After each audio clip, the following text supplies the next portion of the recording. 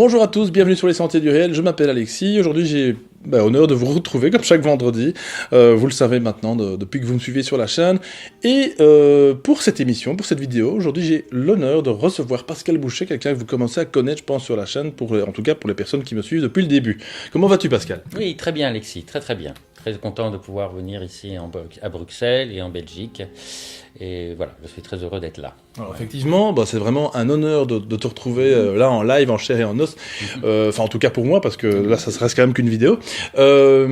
Puisque tu as fait donc un atelier, tu as donné un atelier donc à Ramélie, je pense, dans la province en Belgique. Hein, et donc voilà, ça s'est bien passé? Très très bien. Donc c'était un atelier sur l'introduction à l'ésotérisme alchimique et l'alchimie et tradition initiatique.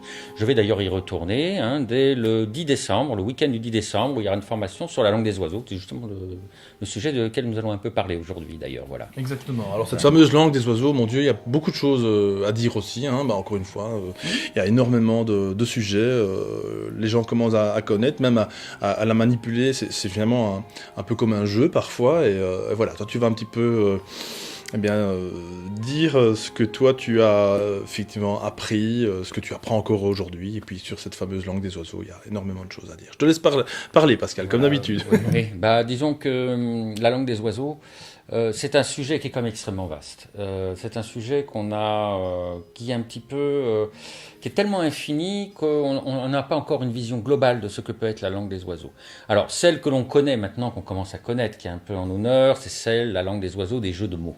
Voilà, jeux de mots, des anagrammes, des palindromes, des choses comme ça, avec des sonorités qui résonnent, et voilà, il y a une forme de synchronicité au niveau des sonorités. Alors il y a beaucoup de personnes qui s'amusent à faire des jeux de mots comme ça, mais ce n'est qu'un champ, ce n'est véritablement qu'un tout petit champ d'application de la langue des oiseaux. La langue des oiseaux, c'est quelque chose qu'on retrouve dans toutes les traditions, à travers des légendes, à travers des contes, à travers des religions même. Nous allons le voir par exemple chez les soufis. Alors il y a d'ailleurs c'est Attar, je crois, qui a écrit un livre sur le langage des oiseaux. Nous le retrouverons même chez les chrétiens, à travers par exemple Saint François d'Assise, qui entendait le langage des oiseaux. Et grâce à cette langue des oiseaux, alors lui il discourait, pouvait parler et comprendre le langage de tous les animaux, pas seulement des oiseaux, mais des animaux. Alors ça c'est intéressant. Et puis il y a aussi la langue des oiseaux que l'on pratique, qui est utilisée dans ce qu'on appelle les contes, les légendes, les mythes, et plus par extension encore ce qu'on appelle nous les écrits alchimiques, mais aussi dans les livres sacrés. Essentiellement des livres qui sont parfois fondateurs de religion, comme la Bible, Ancien Testament, Nouveau Testament. Je dirais le Coran aussi est un livre qui est codé. Donc, alors là, nous allons dans un autre domaine de la langue des oiseaux, qui est un langage codé, que ce soit aussi, dans les écrits hindous, par exemple, dans les Upanishads, dans tous ces écrits-là, qui ont un fondement initiatique. La langue des oiseaux est utilisée abondamment. Alors, cette langue-là, on la retrouve évidemment dans les écrits alchimiques, qui sont des livres codés. Alors la langue des oiseaux, dans ce cas-là, particulièrement pour ce qu'on appelle l'alchimie et tous les écrits hermétiques, d'où découle l'alchimie d'ailleurs, il faut le savoir, l'alchimie c'est de l'hermétisme et à l'état pur et rien d'autre, eh bien il faut savoir qu'on emploie nous le terme de cabale hermétique. Alors la cabale hermétique, vous allez me dire, mais pourquoi la cabale hermétique? Tout le monde connaît par exemple la cabale hébraïque, qui est avec un K, donc cette fois on l'écrit avec un K, A-2-B-A-L-E, et donc cette cabale-là, elle n'est rien d'autre qu'une application de la cabale hermétique, qui elle est une technique et une langue universelle, appliquée à une langue particulière, dans le but d'ailleurs de décoder, décrypter un livre hermétique et sacré, qui est l'Ancien et le Nouveau Testament. Voilà, donc qui est appliquée à la langue hébraïque. La cabale hermétique est une cabale qui se veut universelle, on l'appelle la langue universelle, et elle a des champs d'application, comme la cabale hébraïque d'ailleurs, et comme d'autres techniques dont nous avons évoqué tout à l'heure. Cette cabale hermétique s'écrit avec un C, c'est C-A-B-A-L-E, et quand on parle de cabale hermétique, on fait allusion au latin caballus, qui signifie cheval. Alors voilà. Alors du coup, vous allez me dire, mais je vois pas trop le rapport entre le cheval et les oiseaux, quoi. Voilà, langue des oiseaux, langue de cheval, c'est vrai que quand même il y a un problème. C'est pas tout à fait. Enfin, il y a une différence notable, vous verrez, hein, entre un cheval et un oiseau si vous regardez bien une fois. Et, et en fait, ce qui est intéressant de voir, c'est que quand les hermétistes font allusion à la Kabbale hermétique, au latin Caballus cheval, ils font allusion au cheval et les Pégases de la mythologie grecque. Ah, là on commence à voir un lien, on voit des ailes, on voit qu'il a des plumes aussi. Certes, il ne fait pas cuit-cuit, il est ni, malgré tout, cet animal-là est quand même volatile. Tiens, volatile. Pourquoi ce terme de volatile? Pourquoi donc le terme de langue des oiseaux? Parce qu'en alchimie, tout ce qui est représenté par des images d'oiseaux, d'ailes, de plumes, représente ce qu'on appelle en alchimie des phases de sublimation. Alors maintenant, il faut comprendre ce qu'est la sublimation. La signification chimique de sublimation, c'est passer de l'état solide à l'état gazeux, sans passer par l'état liquide intermédiaire. Donc ça, on appelle ça des sublimations chimiques. Mais ils ont piqué ce terme aux alchimistes, qui eux n'avaient pas du tout la même signification. Alors les significations de sublimation en alchimie sont diverses. La première, c'est faire monter la lumière au-dessus du tombeau. Voilà le sens kabbalistique et hermétique de la sublimation en alchimie. Et les alchimistes nous disent même, souvent quand ils emploient le terme de sublimer, ils disent qu'ils font voler les oiseaux. Ou encore qu'ils font voler les aigles, si on se fie à Philalèthe, qui était un grand alchimiste.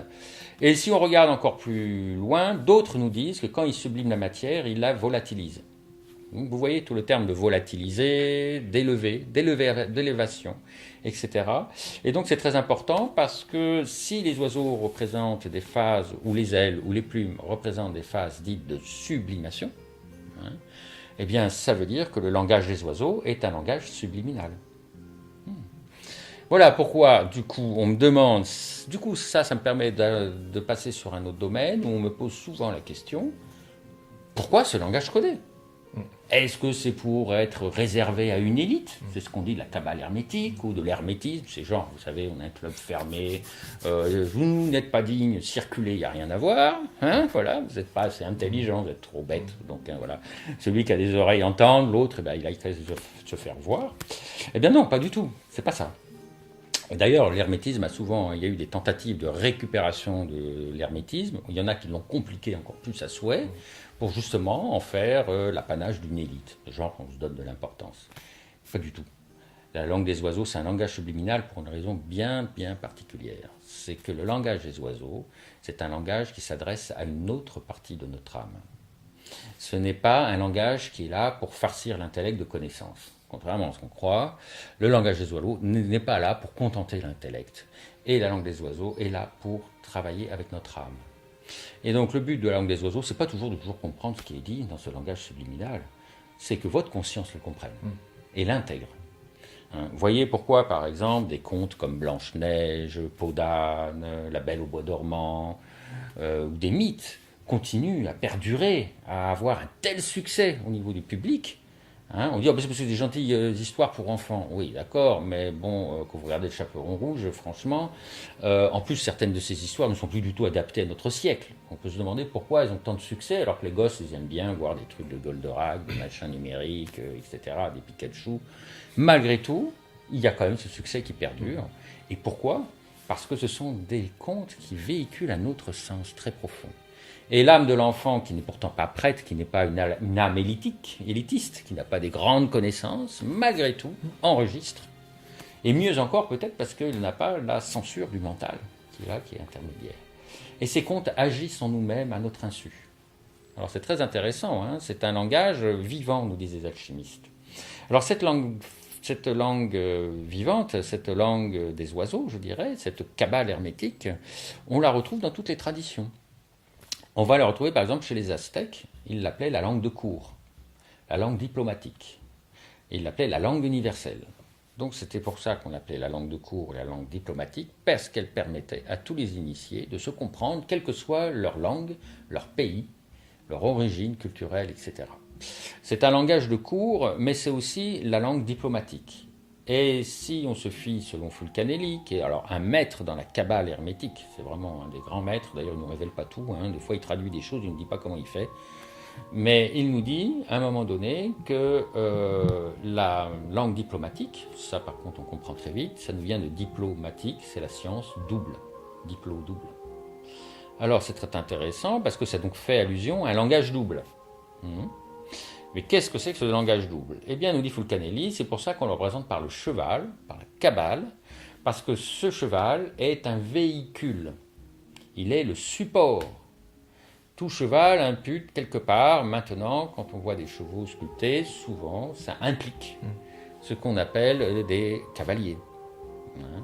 Et que nous dit Fulcanelli? C'est-à-dire que ce cheval est le support d'un autre langage. Donc vous avez le langage littéral, que vont utiliser par exemple tous les hermétistes, suivant leur tradition, leur culture, leur religion. Il faut comprendre qu'un hermétiste, quand il s'incarne dans telle époque, telle vie, telle culture, telle religion, eh bien, il va prendre les éléments qu'il a sous la main, et avec cet élément, il va vous raconter une histoire, il va faire passer un enseignement subtil, mais avec les éléments qu'il a sous la main, qui est propre à sa culture, etc. Donc vous avez d'un côté le langage littéral, qui est le support, c'est notre cheval, et vous avez le sens réel qui est véhiculé, le second sens, c'est pour ça que c'est une langue double.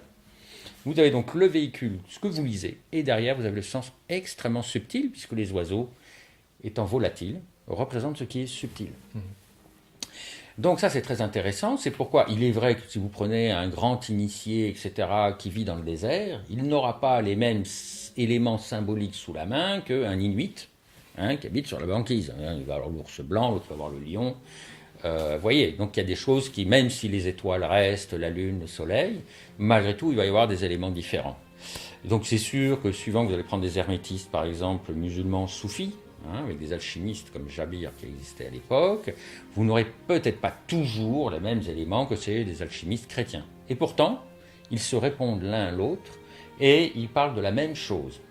Il est très étonnant d'ailleurs à ce propos de mentionner que c'est en plein Moyen-Âge obscur, je dirais, en pleine chrétienté, où la chrétienté ne faisait pas montre de tolérance, parmi les alchimistes, les chrétiens, vraiment du Moyen-Âge, et certains étaient même des moines, c'est eux qui font le plus référence, les auteurs auxquels ils font plus référence sont des soufistes, des musulmans. C'est très intéressant, parce que c'est une langue universelle. Et savoir au-delà des cultures, des traditions apparentes, du langage littéral des choses, le sens caché, subtil qu'il y a derrière. Alors je suis obligé pour cela de revenir un peu plus sur ce qu'on appelle qu'est-ce qui est subtil, qu'est-ce qui est dense. Alors les alchimistes partent du principe qu'à l'origine, je reviens toujours là-dessus, quel que soit le sujet, c'est plus fort que moi, parce que je vieillis, je radote. Et oui, mon petit gars. Alors, et du coup, on va un peu voir les principes de base, que je répète tout le temps, quels que soient les cours, les formations, les niveaux, 10 fois, 20 fois, parce que ce sont des fondements, et ça aussi c'est la langue des oiseaux. Les auteurs ont su condenser des symboles, des explications, des principes. Et ils sont tellement condensés que vous devez après les diluer dans différents champs d'application. Et c'est là qu'ils commencent à prendre toute leur ampleur, toute leur force. Pour vous donner un exemple, par exemple, quand vous prenez le texte d'Hermès Trismégis, qui est fait de quelques lignes, qui est un tout petit texte, la table d'émeraude, je pense que la Bibliothèque nationale tout entière ne suffirait pas pour pouvoir remplir toutes les possibilités d'interprétation de ce petit texte. Parce que les hermétistes, comme les kabbalistes qui emploient la langue des oiseaux, ont plusieurs manières de coder leurs écrits. Et il y en a un dont je dirais qu'ils utilisent, qu'ils font, puisqu'ils se disaient des philosophes de la nature. Et ils se sont aperçus que dans la nature pouvait faire ce genre de choses. Par exemple, quand vous prenez le gland d'un chêne, c'est pas gros, c'est pas lourd, et pourtant il y a en résumé là-dedans, tout est déjà noté, le plan d'un immense chêne, et en de tout petites choses. C'est un petit peu comme les Chinois qui arrivaient à graver des poèmes sur un grain de riz. Eh bien voilà, ce genre de choses. C'est pourquoi, quand j'ai les axiomes de base que je vais vous poser, je les pose à chaque fois, parce que c'est le même petit grain de riz que vous allez diluer. Et là, vous allez voir l'immensité, la portée de ces quelques mots, de ces quelques symboles. Donc le premier symbole dont je vais vous parler, c'est justement cette histoire de lumière originelle. C'est la cosmogonie que je raconte à chaque fois dans toutes les interviews. Pour les hermétistes, à l'origine, la lumière, le monde, l'univers était une pure lumière divine, extrêmement subtile, spirituelle. Et comme elle était là avant l'espace-temps, Eh bien, cette lumière, quelque part, est éternelle et infinie. Les alchimistes l'appellent notre vaste mer, à cause de son côté infini, ou encore ils emploient le terme de l'eau permanente, parce qu'elle est éternelle. Elle est éternelle. Cette lumière, il l'appelle aussi la lumière vive. Elle est très différente de cette lumière physique qui est ici, qui est autour de nous, car la lumière physique, c'est quelque chose, ce sont des rayons droits, figés. Inversement, cette lumière, non seulement elle est très subtile, ce qui fait que même la matière la plus opaque qui soit ne peut pas lui offrir une résistance, et elle traverse toutes les matières, quelles qu'elles soient, les corps de part en part. Et cette lumière, comme c'est une lumière vive, on dit qu'elle est ondulatoire, c'est une vibration, c'est une ondulation. C'est pourquoi dans les traditions hermétiques, et même religieuses, on la représente très souvent par le serpent. Mais comme cette lumière est extrêmement subtile, on la représente aussi par les oiseaux. Alors les Aztèques ont encore résolu le problème. Les oiseaux et le serpent, ils ont mis le serpent à plumes. C'est Quetzalcoatl. Eh oui, eh oui. En alchimie, on l'appelle le mercure. Et ce mercure, on dit qu'il est double. Le mercure commun qu'on représente par le serpent, qui rampe sur le sol. Et vous avez, quand vous l'avez sublimé, ce serpent, à travers des opérations alchimiques dont je ne vais pas parler aujourd'hui, ce n'est pas le sujet, mais à travers ce qu'on appelle l'artifice secret, vous allez opérer les sublimations de ce serpent, c'est ce qu'on appelle faire voler les aigles, vous allez obtenir le mercure philosophique qu'on représente par l'aigle.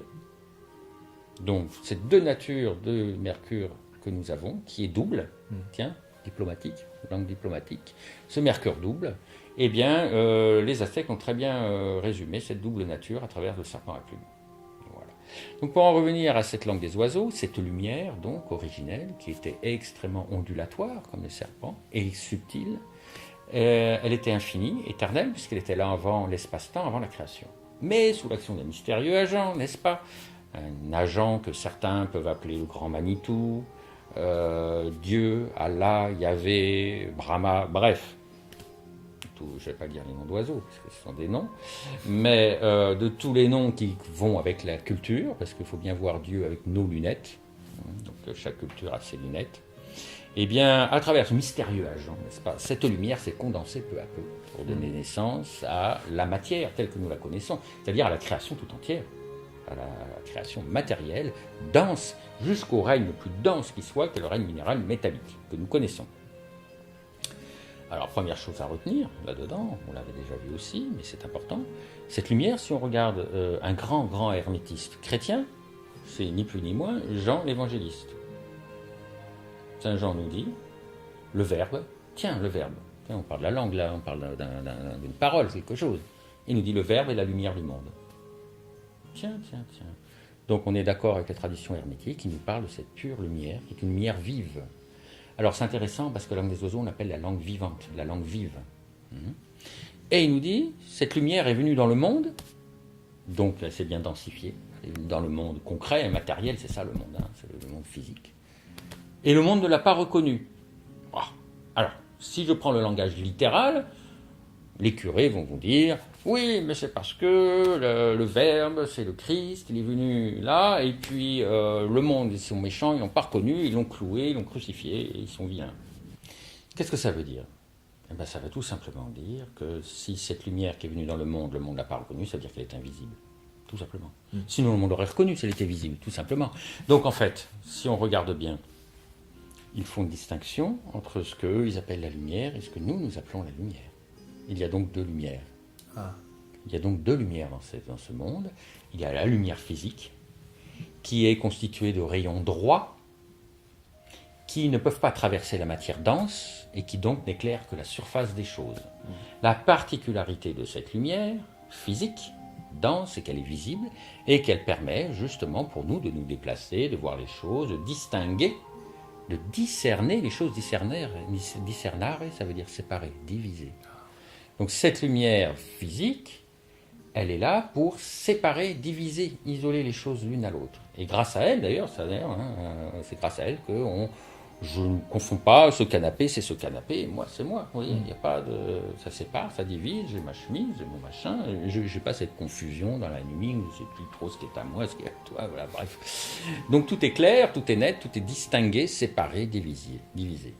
Cette lumière-là n'est pas la première lumière, c'est la deuxième lumière. La vraie lumière, c'est l'autre, c'est la lumière du monde. Mais revenons à cette lumière-là. Eh bien, un autre principe de base de l'hermétisme, et je me répète encore, je suis désolé, c'est que l'homme est un microcosme fait à l'image du macrocosme. Donc ce principe de lumière externe physique que l'on voit dans le monde externe reflète n'est rien d'autre que l'image de cette lumière que nous avons aussi en nous-mêmes et qui est notre mental.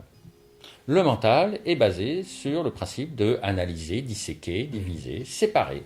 C'est comme ça que marche le mental, il est double. C'est une fonction, le mental, nous sommes quand même incarnés sur Terre pour développer cette fonction, nous ne l'avions pas avant. C'est mentionné allégoriquement à travers la langue des oiseaux, d'ailleurs. La Kabbale hermétique dans la Bible, quand il est dit que Adam et Ève goûtèrent le fruit de la connaissance, hein, et Ève vit que ce fruit était bon pour le discernement. Donc, l'incarnation de l'être humain alors qu'il est au paradis, c'est son expérimentation du monde double, de la dualité. Et c'est là-dessus qu'il va développer le discernement, le mental. C'est donc la lumière physique externe. Mais il y a cette autre lumière qui est inverse, qui fonctionne complètement inversement. C'est cette lumière originelle. Rappelez-vous, elle s'est condensée pour donner naissance à la création tout entière. Donc c'est une lumière qui se coagule. Eh bien, cette lumière, inversement à l'autre, au lieu de séparer et diviser, elle relie les choses entre elles. Elle fait les liens, hein, comme quelque chose comme un ciment. Hein, c'est le ciment de l'univers, quelque part. Et donc, cette lumière, quelque part, elle relie les choses entre elles. Elle a autre chose, c'est qu'on ne la voit peut-être pas, extérieurement. Elle ne sépare pas les choses, elle les relie, mais elle est occulte, elle est invisible, parce qu'elle est extrêmement subtile. Donc, c'est intéressant. Parce que cette lumière subtile est tellement subtile qu'elle pénètre toutes les choses en leur intérieur. Donc c'est une lumière intérieure. Contrairement à l'autre lumière, qui éclaire que la surface des choses, eh bien cette lumière qui éclaire que la surface des choses, qui est la lumière physique, elle correspond à ce qu'on appelle, dans la langue double, au langage littéral. C'est là le grand drame d'ailleurs de toutes les religions qui ont décidé de ne comprendre des textes sacrés que l'aspect littéral, qui des fois peut être complètement incohérent, hein, parce que si vous lisez les paraboles du Christ, si vous ne voyez pas ce qu'il y a derrière, ça devient dangereux par moment. Hein. Plutôt un chameau passera par le chat d'une aiguille qu'un Richard par la porte du paradis. Essayez toujours de faire passer un chameau par le chat d'une aiguille, 2000 ans après, on n'est toujours pas arrivé. Donc, soit il avait bu, soit il y avait un autre enseignement.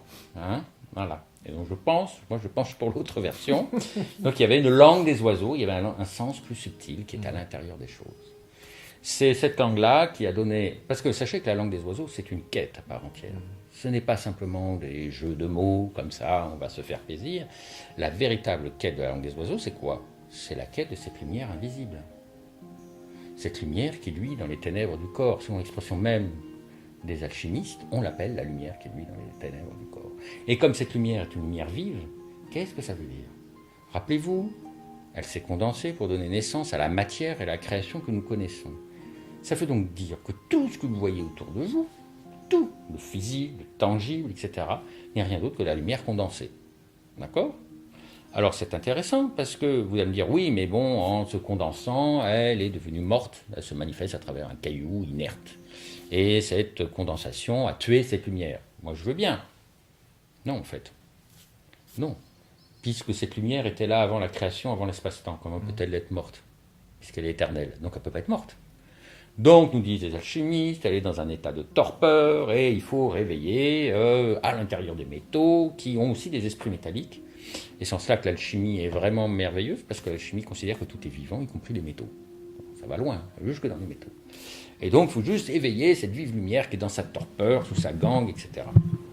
Ce qu'on ne comprend pas, c'est qu'à travers cette quête de cette lumière, vous comprenez la quête du Verbe, puisque Saint Jean associe la lumière au Verbe créateur du monde, donc au Verbe, à la langue universelle, le Verbe du monde. Le Verbe universel, c'est la langue universelle.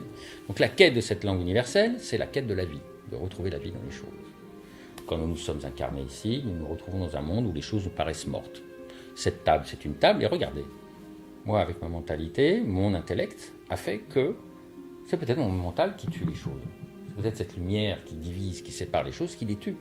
Pour moi, je regarde une table, je vois une table. Quelle est la première chose? C'est une table. Donc, elle sert à mettre des choses dessus. Je connais sa fonction. Alors après, c'est une table avec un seul pied, c'est un guéridon, c'est une table à 4 pieds. Je vois un arbre, c'est un chêne. Alors, c'est un chêne caduc, c'est un chêne au contraire vert, c'est un chêne liège, de telle catégorie. Tiens, des feuilles qui tombent, c'est des feuilles mortes. Et les choses, on les tue. Elles n'ont plus rien à nous apporter, elles n'ont plus rien à nous annoncer. Parce que c'est le mental. Vous savez comment fonctionne le mental? Le mental avec la lumière externe, qui sépare, qui divise, qui analyse, fonctionne un peu comme un médecin légiste, avec les bistouris de l'intellect, avide de cadavres autopsiés. Et vous avez en effet deux manières. Alors c'était un grand philosophe que j'avais écouté, qui nous disait, vous avez deux manières d'apprendre à connaître une orange. Vous avez le scientifique qui va éplucher l'orange, l'analyser, faire passer dans des appareils en disant il y a tant d'acides, des machins, des vitamines C, des trucs, des acides ceci, de cela, la peau, constitue. Et vous avez le gars, il prend l'orange, il la mange. Voilà, dans la langue des oiseaux, on va apprendre à manger les choses, à les vivre et à les ressentir, plutôt qu'à essayer de décortiquer, de les analyser. Il faut comprendre aussi que ces deux manières de deux lumières, dont elles fonctionnent, bon, le but c'est pas d'opposer l'une à l'autre, c'est que dans notre monde, avec notre intellect tyrannique qui ne veut pas partager, nous ne voyons les choses qu'avec une seule lumière. C'est-à-dire, comment pourrait-on comparer les rayons de cette lumière qui éclaire, c'est rien d'autre que la canne blanche des aveugles qui avance dans le monde en tâtonnant la surface des choses. Voilà cette lumière-là. L'autre lumière qui est une lumière vivante, cette lumière vive, qu'on appelle le Verbe, la Kabbale hermétique, eh bien cette lumière-là, elle est inverse. Elle voit à l'intérieur des choses et on l'associe à la vérité. Alors Saint Jean justement l'appelle la vérité. Et il nous dit, le Verbe s'est fait chair. Alors c'est chair, c'est marrant ça, il s'est fait chair, pourquoi ? Eh bien, si on regarde la tradition hermétique qui nous dit l'homme est un microcosme fait à l'image du macrocosme, vous commencez à comprendre que si vous regardez vous-même, votre propre lumière est donc à l'image de la lumière du monde. Ah, donc voilà. Donc en fait, cette lumière, l'histoire de toute la création du monde, c'est aussi notre histoire à nous. Notre histoire. Qu'est-ce que ça veut dire ? Que cette lumière-là qui est en nous-mêmes a tout à nous apprendre. Et que cette lumière qui est à l'origine du monde est aussi à notre origine. Donc ça veut dire aussi que nous aussi, nous étions immortels. Vous voyez, dans l'illusion dans laquelle nous met le mental, il nous fait croire que nous sommes morts, mortels. Et nous croyons réellement mortels. Et nous subissons d'ailleurs les affres de la mort, mais de l'illusion. Et réellement, cette lumière qu'on appelle la langue des oiseaux, qui est une lumière extrêmement subtile, puisque les oiseaux sont volatiles, eh bien, cette lumière-là est une lumière vivante. Et quand on dit une lumière vivante, réellement vivante. Ce n'est pas une lumière qui meurt. Donc la quête du Verbe, la quête de la langue des oiseaux, la quête de la lumière des choses, c'est la quête de la vie. Et comme tout est fait par cette lumière, y compris les cailloux, y compris les métaux, y compris tout, toute chose est donc vivante. Donc retrouver la langue des oiseaux, c'est redonner vie à toutes les choses. C'est retrouver la vie dans toutes les choses. Alors évidemment, vous allez me dire, je connais certains personnages qui me disent « Allons, un peu de sérieux », comme ça. Ils vont me dire comme ça, monsieur, on ne va pas rigoler quand même, la table ne va pas se mettre à vous parler comme ça, cette chaise va pas, un peu de sérieux s'il vous plaît. Voilà. Je veux dire, oui, c'est sûr que si j'attends que la table me dise « Bonjour, je m'appelle table », et voilà, en bon français en plus, s'il vous plaît, ça n'arrivera pas. Peut-être en prenant quelques LSD, un peu d'aide, on y arrivera au bout d'un moment. Mais en règle générale, ça ne se passe pas comme ça. Pourquoi ? Parce qu'avec notre mental, nous attendons que les choses agissent comme notre mental l'entend. Avec notre langue, avec notre culture, avec notre nature. En tant qu'être humain, ce n'est pas parce que les gens n'ont pas le langage de l'être humain que les objets, les créatures ou les créations n'ont pas notre langage, qu'elles sont obligatoirement mortes. Donc, commence à comprendre la langue des oiseaux, c'est commencer, et ça c'est très intéressant, je commence à aborder ce que j'appelle la Kabbale libre, qu'on appelle l'héliogabale, la Kabbale solaire, la Kabbale du cœur, qui est une Kabbale les plus supérieures, parce qu'il y a plusieurs niveaux en Kabbale, on parle de la Kabbale technique avec les techniques de l'être, on va arriver dans la Kabbale intuitive, et dans cette Kabbale, nous allons apprendre à désapprendre. C'est exactement l'inverse que l'on fait. C'est ce que nous dit Fulcanelli, qu'il est beaucoup plus difficile de désapprendre que d'apprendre. Ce qui fait que cette table ne me parle pas, c'est parce que moi, j'ai mon référent culturel et tout mon savoir qui me dit c'est une table, elle sert à poser des trucs et point barre. Si je regardais la table chaque matin que je me lève comme étant quelque chose que je vois pour la première fois, sans aucun a priori, préjugé, cette table aurait des choses à m'apprendre, énormément. Eh bien, il pourrait y avoir des synchronicités, par exemple. Je peux penser table, je vois une table. Je dirais, tiens, que je pense à poser un petit peu mes affaires. Pof, je vois une table. Je pose mes bagages, par exemple. Tiens, je vais voir un porte-bagages à ce moment-là. Donc peut-être que les choses peuvent nous répondre. Elles peuvent apparaître dans notre champ de vision à un moment donné où nous pensons quelque chose. Et là, vous voyez que les choses sont vivantes. C'est ce que j'appelle les synchronicités. tout est vivant pour celui qui est devenu un véritable initié. Et un véritable initié, un maître kabbaliste, un véritable initié dans la kabbale hermétique, c'est quelqu'un qui a appris tellement à désapprendre que tout pour lui est nouveau, initial, d'où le terme d'initié. Donc tout, il regarde tout comme si c'était la première fois, chaque jour qu'il se lève, comme un enfant qui vient de naître. Il est intéressant de dire que la kabbale hermétique, l'hélio-kabbale, la kabbale solaire qu'on appelle la kabbale des simples, des humbles, des enfants, qui est la kabbale la plus en honneur, qui est la plus élevée, parce qu'elle traverse toutes les frontières de langue, de civilisation, de culture, de tradition, de grammaire, de vocabulaire. Cette kabbale-là, qui est en honneur, est souvent représentée par un bébé, par un enfant. On l'a d'ailleurs remarquablement exprimé à travers le tarot de Rider-Waite, où on voit l'arcane du soleil, où on voit un petit enfant tout nu, comme ça, sur un cheval, sans selle, sans reine, sans règle, sans rien, pour nous montrer qu'il pratique la kabbale libre. Et donc c'est cette kabbale-là que l'on va voir, celui qui voit comme un bébé le monde pour la première fois. À partir de ce moment-là, vous commencez à comprendre que sans la censure du mental, qui lui fonctionne toujours un petit peu comme un collectionneur qui est avide d'épingler des papillons sur son tableau, il va avoir sa collection, et donc tout est mort pour lui. Ce savoir-là, il est certes fort riche, mais très mort. Eh bien, nous allons aborder les choses par leur vie. Nous allons apprendre ce que le papillon a à nous dire avant de vouloir l'épingler.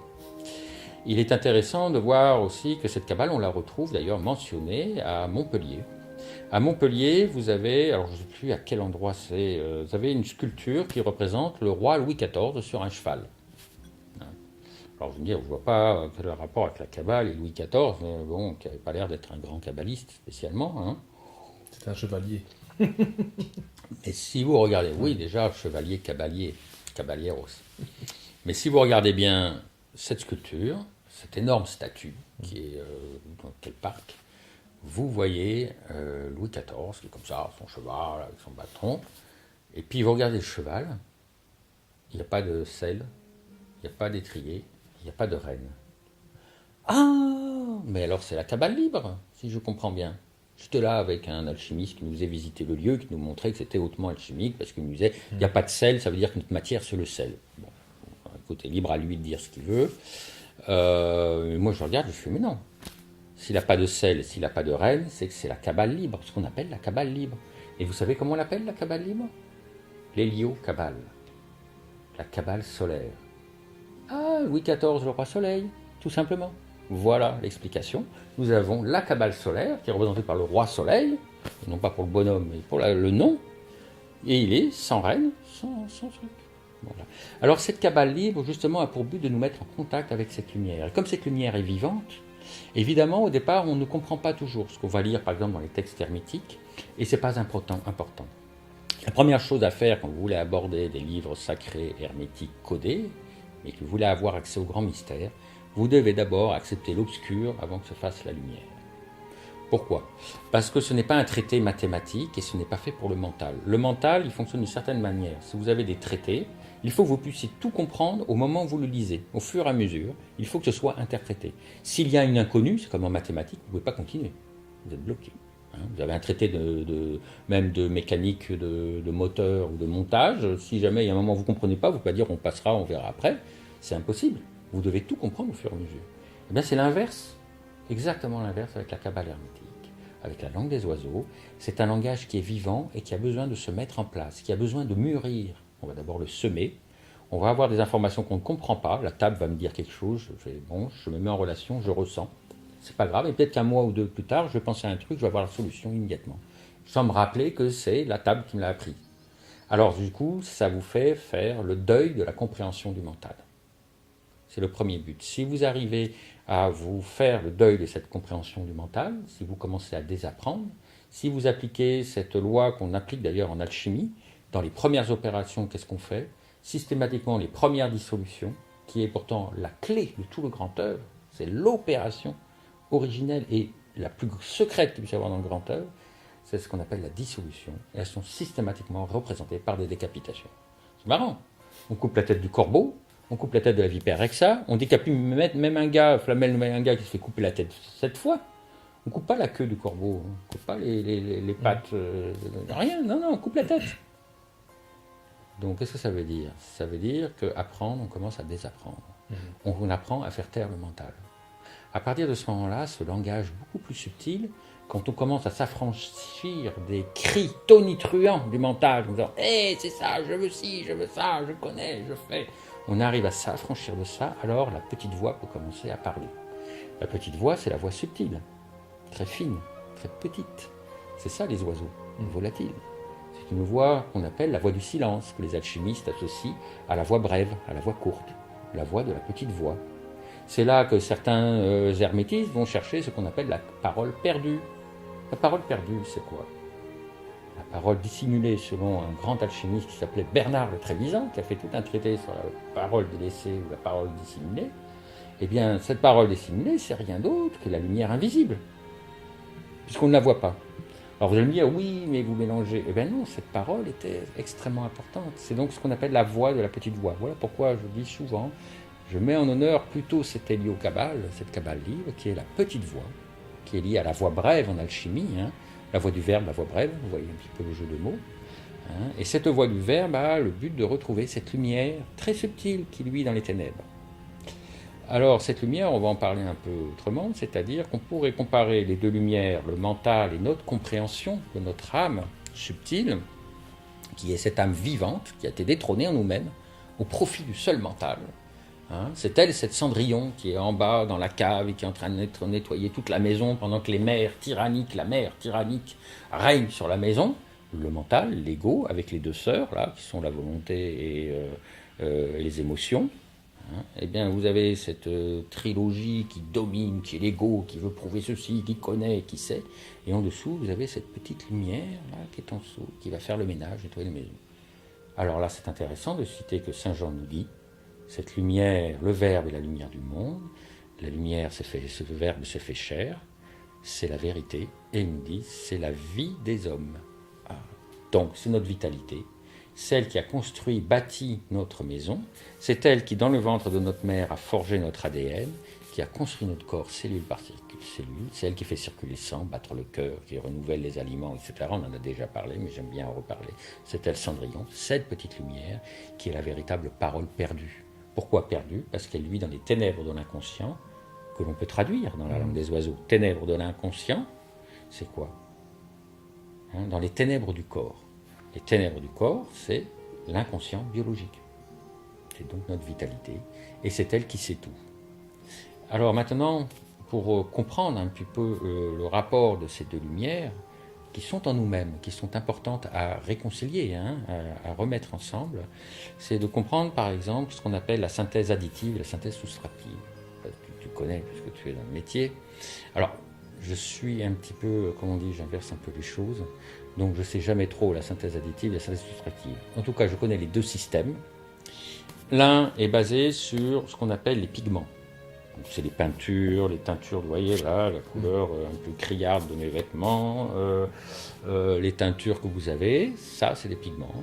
Ou quand vous peignez, quand vous passez votre feutre.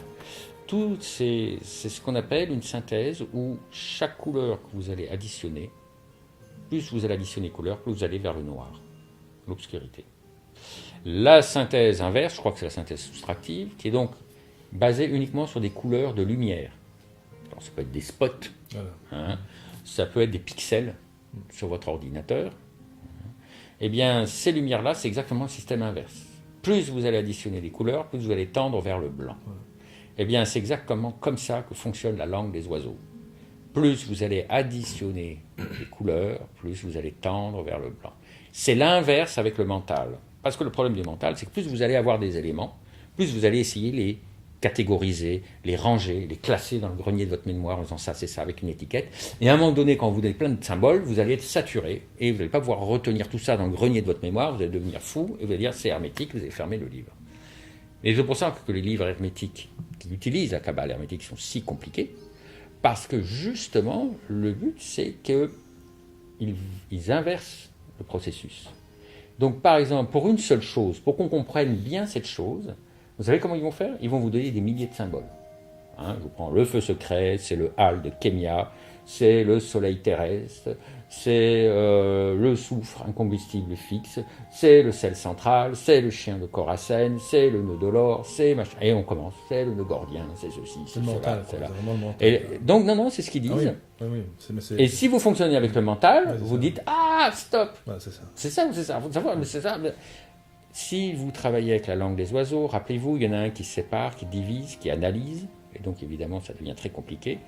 Là, ce qui est important, c'est ce qu'il y a, le lien qu'il y a entre chacun de ces symboles. Et c'est pour ça, plus vous allez avoir des symboles, plus le point commun va commencer à apparaître clairement et à se distinguer de la masse confuse. Donc le but de la langue des oiseaux, ce n'est pas de discerner, d'analyser, de classifier, etc. C'est de voir ces interrelations. C'est pourquoi on l'appelle la Kabbale hermétique, parce qu'on l'appelle hermétique en référence à Hermès, le dieu Hermès. Hermès, c'est le messager des dieux. Alors c'est Mercure chez les Romains, Quetzalcoatl chez les Aztèques, Saint Christophe chez les chrétiens. C'est toujours le même qui est là, le patron des voyageurs, etc. Et c'est lui qui va tisser les liens. Donc, à véritablement parler, la langue des oiseaux s'aborde comme l'art du tisserand. Si vous commencez à faire les liens, pourquoi ? Parce que Hermès étant le messager des dieux, il est un intermédiaire. Un intermédiaire entre l'expiateur et les destinataires, comme un facteur. Donc, la science de l'hermétisme, c'est la science des intermédiaires. C'est pourquoi la langue hermétique, le langage hermétique, doit se lire entre les lignes, entre les mots, entre les textes, entre les auteurs, entre les époques, entre les religions, entre les régions, et même bien au-delà, puisqu'on va même en dehors des livres, et on va entre les règnes. Si on regarde bien dans l'allusion, la quête de la langue des oiseaux, la langue universelle, on peut dire que les véritables kabbalistes, les véritables pères des kabbalistes, ce sont les chamans, car ils pouvaient parler avec... C'est les plantes qui leur enseignaient comment faire le remède. Ils n'avaient pas une encyclopédie comme ça en disant voilà la salse pareil, ça va ceci, le machin pour constiper c'est ça, le machin pour les donc les trucs voilà. Ils n'avaient pas ça. Ils ont 3000 l'année par exemple de science. Le gars il va pas retenir ça verbalement comme ça 3000 années de science, c'est pas possible. Donc d'où venaient leurs sciences etc. Eh bien un chaman, on va lui apprendre à entendre le langage des plantes, qui vont lui dire, voilà, moi j'ai telle vertu, si tu me prépares avec telle autre plante, j'aurai tel effet. Il discute avec les animaux, il discute même avec les pierres, il discute avec les étoiles. Ce sont nos véritables maîtres kabbalistes. Car pour eux, un véritable chaman, tout dans la nature est vivant, et tout est parlant. Parce que c'est justement quand quelque chose est vivant, elle parle. Alors vous allez me dire, oui, mais c'est ridicule, une pierre ne parle pas, on la voit bien, je peux vous dire, j'ai jamais entendu une pierre parler. Non, mais elle rayonne, elle a une énergie, elle a un rayonnement. Elle a peut-être beaucoup de choses à vous raconter. Oh, mais c'est un vulgaire caillou et tout. Peut-être que c'est un vulgaire caillou, mais si vous lui demandez, peut-être qu'elle vous raconterait d'où elle vient, de quel astre elle a été crachée, qu'est-ce qu'elle a traversé dans l'univers, et peut-être qu'elle a beaucoup plus d'histoires à vous raconter que vos grandes universités. Donc, vous voyez, cette langue des oiseaux, c'est un langage qui se situe entre les mots, entre les lignes, etc. Donc, dans cette langue-là, vous allez agir comme dans la synthèse additive, constructive, c'est-à-dire que plus vous allez avoir des éléments, vous n'allez pas essayer de décortiquer chaque élément, plus vous verrez des choses, plutôt que vous obnubilez sur le sujet, vous allez voir son interrelation. Et c'est ce lien subtil qui unit les choses, les créatures, les créations et les êtres entre eux, dans l'univers tout entier, qui est véritablement notre langue hermétique, notre langage hermétique. C'est elle, cette subtile lumière, qui a la cause. Or, nous voyons que le langage littéral, non seulement dans les textes, quand on voit les traductions des églises que nous font des livres hermétiques, comment ils ne voient que le côté littéral, mais nous faisons exactement pareil dans la vie. Car finalement, si cette lumière qui est le Verbe a créé l'univers tout entier est donc le grand livre de la nature vivante. Donc comprendre la langue des oiseaux, c'est comprendre tout l'univers tout entier. Or, nous voyons que l'aspect littéral dans la vie des choses. Nous jugeons leurs choses par rapport à leur apparence. Les gens même, on leur dit, ouais, il est petit, il est gros, il est ceci, là, voilà, il pense ceci. Après, vous avez les guerres, vous avez des luttes. Mais celui-là, il n'est pas comme moi, il est dangereux, il me regarde bizarre. Et plutôt que de voir ce qu'il y a derrière, la cause, les relations subtiles qui unissent les êtres, nous séparons, nous divisons tout avec l'intellect. Et du coup, nous nous foutons sur la gueule depuis des millénaires, parce que nous analysons, nous disséquons, nous nous séparons, nous divisons. Et le mental n'a pas compris qu'il n'était qu'un outil qui devait être au service de l'autre lumière. Car cette lumière, la première, c'est selon le Christ lui-même, la vérité. C'est la vie des hommes. Allez, vous pouvez avoir toute la science, toute la lumière externe sur la connaissance du monde entier, avoir une encyclopédie dans la tête toute entière.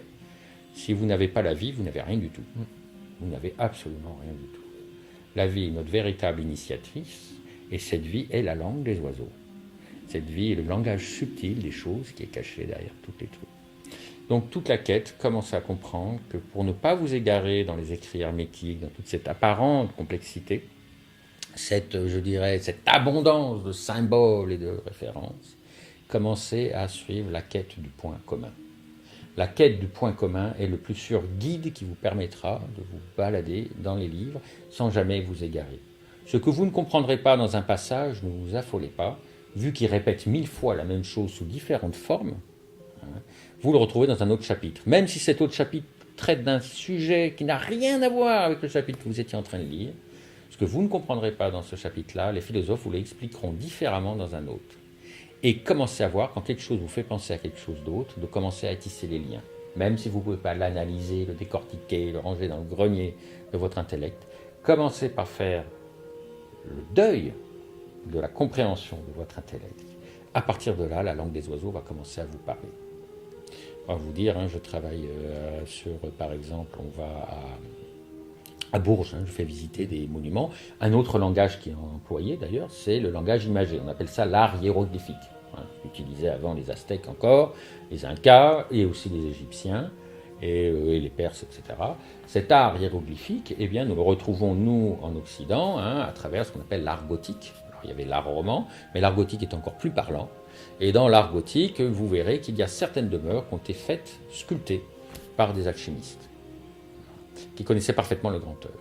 Et donc je fais visiter à Bourges 2 demeures hautement alchimiques, certainement les plus alchimiques que l'on puisse avoir, car même s'il y a des apports alchimiques dans les cathédrales, ce sont des apports. Mais des demeures entièrement alchimiques, on n'en trouve qu'à Bourges ou alors à Dampierre, et vous pouvez voir que nous avons un langage imagé, qui est une autre forme de la langue des oiseaux. Pourquoi d'ailleurs le langage imagé ?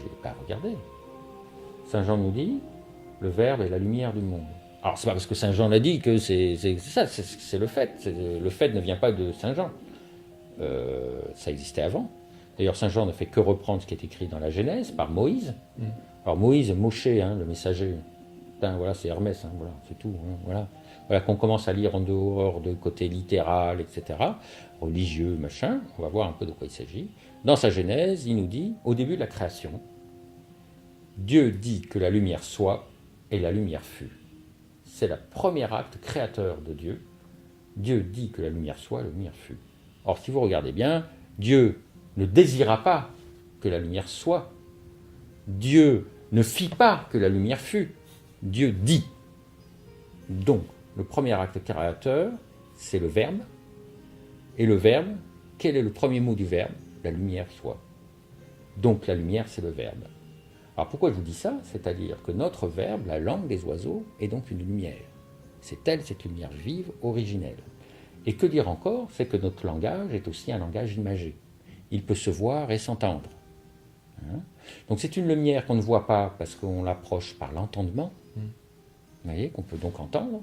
Mais en même temps, c'est un langage que l'on ne peut pas toujours entendre, mais que l'on peut voir. Donc il y a toujours ce lien entre l'image et ce verbe. D'ailleurs, il est très intéressant de voir que souvent dans la langue des oiseaux, dans les langages kabbalistiques, vous avez un langage très imagé. D'ailleurs, cette langue vivante, comme elle est vivante, elle n'est pas toujours que dans les écrits hermétiques. Elle transpire partout, à travers la nature humaine, à travers la vie, puisque la vie elle-même, toutes les images, toutes les formes, les créatures ne sont que de hiéroglyphes secrets du grand livre vivant de la nature. C'est donc un langage imagé que l'on voit là. Et plus encore, on va le voir, cette langue, elle transpire puisque c'est une langue vivante et c'est la vraie langue, la langue naturelle. On va la retrouver même à travers l'argot, le langage populaire. On la retrouvera, je vous ai parlé du langage de cour, de haute cour, que l'on voyait par exemple chez les Aztèques. On va la retrouver aussi dans la basse cour. c'est le langage des poulaillers, le langage des volailles, qui caquettent, les pouliches, hein, les pouliches, les poulettes, les poulailles, les pouliches, les chevaux. Hein. Et dans cette basse cour, hein, nous retrouvons la cour des miracles de Victor Hugo, où on employait le verbe, la langue verte, hein, et qui est souvent un langage très imagé. Et le langage imagé est souvent, même dans les écrits hermétiques, vous verrez qu'il y a souvent des langages imagés. Donc il est bien de visualiser les choses. Ainsi, vous passerez outre les traductions.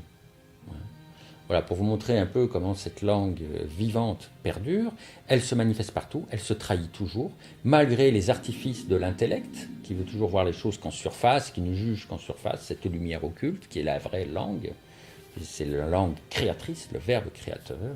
Et bien celui qui veut y accéder doit voir au-delà des apparences trompeuses des formes, voir le côté subtil, caché, qui unit chaque chose qui se trouve là. Alors elle est intéressante parce que même nous qui sommes faits de cette lumière, puisque c'est la vie des hommes, cette langue-là se trahit toujours. C'est comme ça que la langue des oiseaux, on peut se manifester à travers des lapsus. C'est comme ça que les psychologues l'utilisent très bien, connaissaient la langue des oiseaux, parce que quand ils écoutent leurs patients, qui leur racontent toujours des histoires, ils font des lapsus. Cette vraie langue se trahit en disant « Hey, j'existe, voilà, le vrai problème, c'est pas ce qu'il te raconte. » Hein, ça, c'est ce qui est bien pour lui et tout. Mais moi, il ne veut pas se l'avouer, mais ça, c'est ça son problème. On voit même à travers le langage, à travers le code, le corps, les positions du corps. Hein. Il y a eu un gars qui s'appelait Dr. Lightman, qui était un spécialiste, il y a une série d'ailleurs là-dessus. Et le mec qui arrivait à... il n'y a plus besoin de torturer, même la CIA, quand il chopait des gars, des terroristes qui ne voulaient pas cracher le morceau. Le gars il arrivait, bah arrêtez, le torturez pas, ça sert à rien. Il discutait avec le gars, il voyait de suite quand il mentait, quand il disait vrai, etc.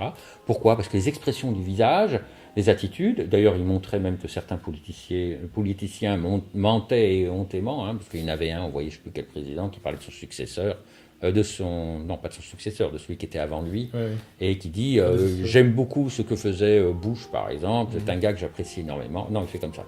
J'apprécie énormément, voilà. Paf, voilà, comme il l'apprécie, on voit de suite. Et vous avez des gars qui vous disent oui, bien sûr, tu peux me faire confiance. Hein. Et la tête qui fait non. Donc vous voyez, tout le corps est lui-même un langage, c'est la langue des oiseaux. C'est la langue vivante, c'est la langue de la nature, c'est la Kabbale hermétique. Celui qui apprend à écouter, à voir, à faire les liens, les synchronicités entre les choses, va rentrer dans cette langue universelle, cet langage véritable. Et il arrêtera aussi, d'un autre côté, de se faire toujours manipuler par les médias, par les courants d'idées, par les ceci. Quand on vous raconte des rambins, on dit ça dans le midi, des rambins, hein, des histoires, il ne se fera pas avoir. Même quand quelqu'un viendra lui raconter des histoires, il verra quelle est la vraie histoire qu'il y a derrière, il ne se fera pas arnaquer. Parce qu'il sera libre des grandes voix tonitruantes du mental et de l'ego qui dit « mais crois-moi, et d'ailleurs », et on va dire ce que vous attendez, on vous donne des belles images, des musiques tonitruantes, pour vendre de la merde, excusez-moi, dans certains cas, il n'y a qu'à voir regarder les publicités. On vend des voitures, le mec, si on l'écoute, il va se retrouver sur un dragon, il va chevaucher, il va devenir le héros de son fils. Et puis vous regardez, vous sortez de là, c'est super et tout, puis au bout d'un moment, vous dites, mais attends, moi une voiture, je veux juste qu'elle conduise, c'est tout. Je n'ai rien à foutre d'être le héros de mon fils, de ceci, de cela, de chevaucher les dragons. Non, je veux juste une voiture, j'avais oublié. Donc vous voyez, vous ne ferez plus manipuler. Et ça, c'est très important. Vous apprendrez à ne plus vous faire manipuler. Par exemple, un thérapeute va pouvoir écouter la demande des patients. Les patients ne vous diront jamais directement quel est leur véritable mot qu'ils sont à l'intérieur. Donc il faut voir comment la manière dont vous exposez les choses. La langue des oiseaux se trahit toujours parce que la vie est là, est à l'origine de tout. Et donc ça, c'est très important. Et puis si vous allez un peu plus loin, évidemment, cette langue des oiseaux implique que vous arrêtiez de vous raconter des histoires vous-même. C'est le plus difficile. C'est pourquoi la langue des oiseaux commence, comme je disais, par désapprendre. Et en alchimie, pour accéder à la vérité, pour accéder à la connaissance, il faut commencer par sacrifier les illusions. C'est donc un long travail d'épuration pour apprendre à voir les choses, pour pouvoir retrouver la vie, mais c'est une noble voie. Nous allons faire tomber les illusions, nous allons faire tomber la tête du corbeau, et c'est ainsi que vous deviendrez un vrai initié, qui est si bien représenté à Aix-en-Provence, sur la cathédrale d'Aix-en-Provence, où on voit un saint décapité qui tient sa tête au niveau du cœur. C'est ainsi que le mental est au service de l'amour, le mental est au service du cœur. Vous aurez triomphé de votre mental, non pas pour le détruire, mais pour qu'il revienne à sa place et qu'il soit l'outil au service du cœur.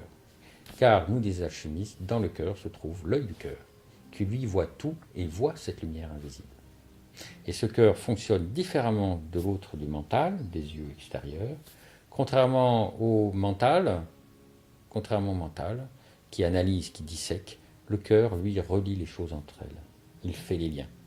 Et c'est dans ces liens que va apparaître, au fur et à mesure, plus vous allez avoir des éléments apparemment obscurs au départ, plus vous allez tisser les liens du point commun, les résonances, plus vous allez tisser ces liens, plus va apparaître une trame interrelationnelle qui, à proprement parler, le langage hermétique. Plus encore, quel est le but de la langue des oiseaux? Parce que nous allons aller dans le sens large de la langue des oiseaux, la langue universelle. Quel est le but? C'est de retisser les liens.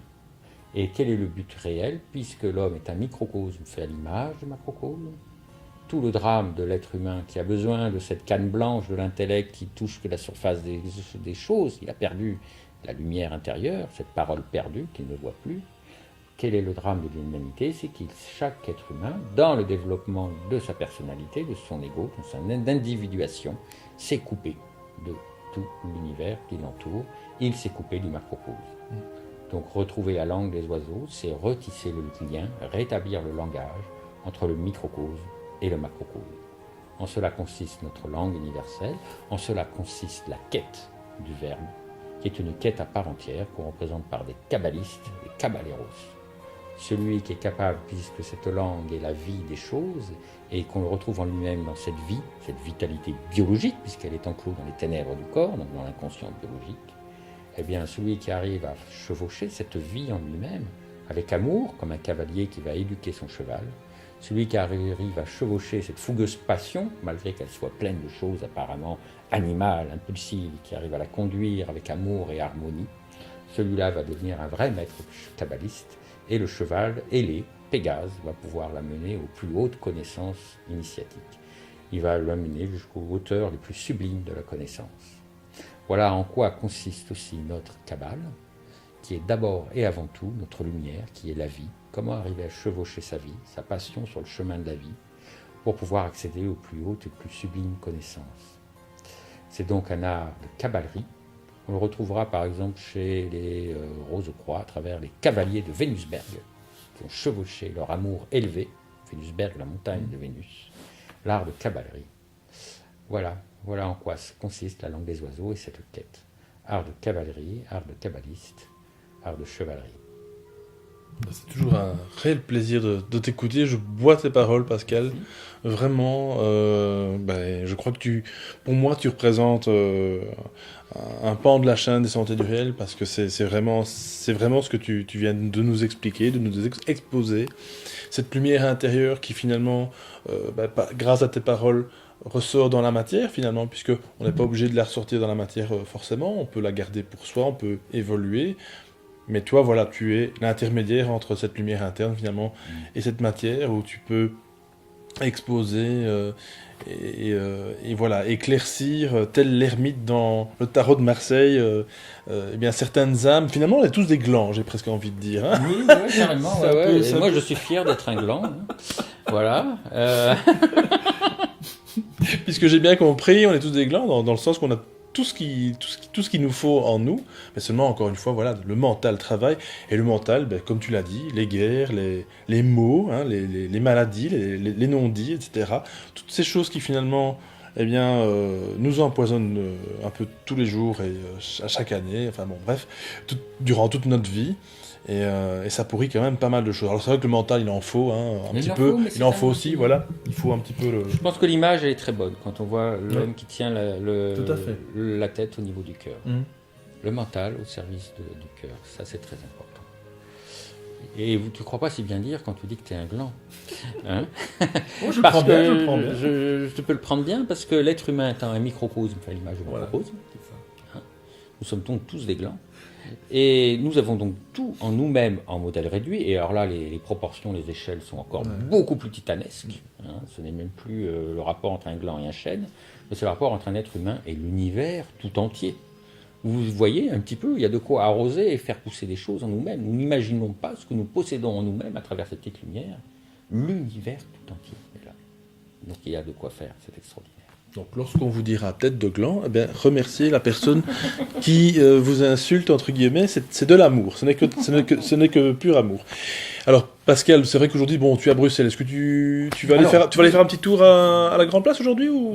Peut-être, je sais pas. Si j'ai le temps, j'aimerais bien l'avoir, mais je sais pas.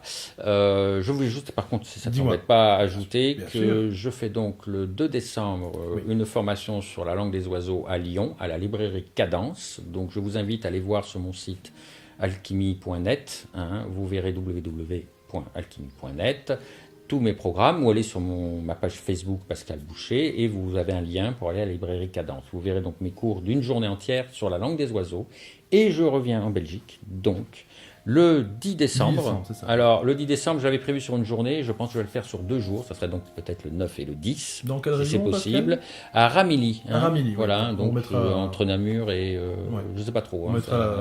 Entre Namur et Bruxelles, quelque chose comme ça, dans ce coin-là. C'est ça, oui. Je ne suis pas fort en géographie. C'est pas grave, donc voilà, à Ramilly, les 2 églises, exactement, le quartier. Et ça, c'est au centre Autre Porte. Donc vous pouvez accéder au site www.autreporte.be. Et donc là, c'est important si vous pouvez venir, parce que je suis très heureux de pouvoir venir en Belgique, mais il faut que j'ai un peu de monde. Voilà. Donc ça sera un cours qui se fera sur 2 jours. Je vous invite à aller voir ça, de voir l'annonce qui se fera dans la semaine, d'ici la semaine prochaine. Voilà, et vous venez sur mon site, vous verrez, j'interviens souvent pour donner et des formations sur l'ésotérisme alchimique, mais aussi sur la langue des oiseaux, car pour moi, la langue des oiseaux fait partie. Les alchimistes sont tous des kabbalistes, il faut le savoir, et même la Kabbale hermétique fait partie du grand œuvre intégral en tant que telle. Elle fait partie à part entière du grand œuvre, et elle est une quête à part entière en soi. C'est pas pour rien, par exemple, vous avez un livre qui a fait couler beaucoup d'encre, et bien qu'il n'y ait rien d'écrit dessus. C'est ce qu'on appelle le livre muet. Le fameux livre muet d'Althus, qui n'est fait que de planches alchimiques, on voit des gars qui récoltent la rosée, etc. Si vous regardez rien que le titre, c'est très intéressant, parce que peut contenir le livre muet, si ce n'est la parole perdue? C'est donc là que se trouve la voix du silence, la petite voix, notre véritable voix, que les alchimistes appellent la voix nôtre, qu'on appelle la voix brève, qui est la voix du verbe. Voilà. Donc là, la voix du verbe est extrêmement important chez les alchimistes. N'oublions pas que les alchimistes se disaient les extracteurs de lumière. Et quand ils extrayaient la lumière des ténèbres, ils disaient qu'ils faisaient voler les oiseaux. Voilà. Est-ce que, selon toi, et après on te laissera, est-ce que c'est une longue quête, d'après toi, ou est-ce que ça dépend vraiment de la personne, de la motivation? La longueur n'a aucune importance. Voilà, n'a rien à voir. Voilà. La longueur, c'est une histoire du mental. Voilà, exactement. Voilà. Le but de cette quête, de cette voie, c'est d'arriver justement à être dans l'ici et maintenant, dans l'éternel présent. Car c'est dans cette présent-là que les choses nous parlent. Voilà. Donc en fait, non, ce n'est pas une longue voie, parce que le but, c'est d'arriver à être là, ici, maintenant, et de se rendre compte que tout est vivant. Mais comme on se projette toujours dans l'avenir ou dans le passé, on ressasse le passé, on projette dans l'avenir, etc., on est partout sauf là. Et du coup, les choses ne nous parlent pas. Donc elle est liée à l'éternel présent. Et c'est le but de cette langue, c'est de retrouver l'éternel présent, qui est au centre de toute chose. Et c'est là que se trouve la vraie langue. Voilà. Et ce mental qui nous fait malheureusement parfois passer à côté de choses bien plus belles. Disons que le mental, c'est un petit peu comme si le cavalier portait son cheval. Voilà, donc c'est pas très pratique. Non. C'est juste le problème. Le mental est utile, vous voyez que la langue est double, qu'il faut bien un support. Oui, bien sûr. Si vous voulez, regardez cette double lumière, on la voit à travers le caducée. Alors surtout le caducée des pharmaciens, il y a un serpent sur un bâton. Le bâton droit représente les rayons droits du soleil qui rebondissent sur la surface des choses. Et le serpent, c'est cette lumière vive, ondulatoire. Les deux réconciliés. Donc on a le langage double, le cavalier réuni avec le cheval. Sur son cheval. C'est peut-être la selle, ou le sel, comme diraient les alchimistes, la selle hermétique qui va unir le volatile avec le fixe, le cavalier sur son cheval. Ça n'a aucune importance, les deux se retrouvent. On pourrait aussi comparer ces deux lumières par rapport au soleil du midi, et la lumière de la nuit qui luit dans les ténèbres, c'est l'étoile, parce que l'étoile est une lumière qu'on voit la nuit. C'est ainsi que certains essayaient de retrouver l'étoile du midi. Parce que l'étoile du midi, on la voit même en plein midi. Donc il n'y aura plus de séparation entre la voie intérieure et la voie extérieure, entre la lumière interne et la lumière externe, les deux seront enfin réconciliés. Alors là consiste notre véritable Kabbale.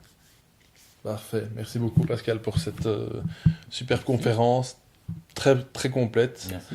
Donc, Merci de m'avoir invité, Alexis. Je suis très content de pouvoir venir là, parce qu'on se voit toujours à distance. ouais. Et voilà, c'est bien. Là, de c'est voir vrai les- que l'alchimie, elle est bien installée, donc je vous conseille vraiment de rencontrer, pourquoi pas, Pascal le 10 décembre donc à Ramilly. On mettra toutes les coordonnées de cet atelier ici dans la description de la vidéo. Et écoute, je te souhaite un bon retour, Pascal. Merci. Et, Et puis à très bientôt. et à très Au bientôt. plaisir de se revoir. Certainement, très certainement. Chers Voilà. auditeurs, je vous souhaite donc une bonne semaine et à vendredi prochain pour une toute nouvelle émission. N'oubliez pas de partager, de commenter cette vidéo et de vous abonner, c'est gratuit. Ciao ciao, salut. Au revoir.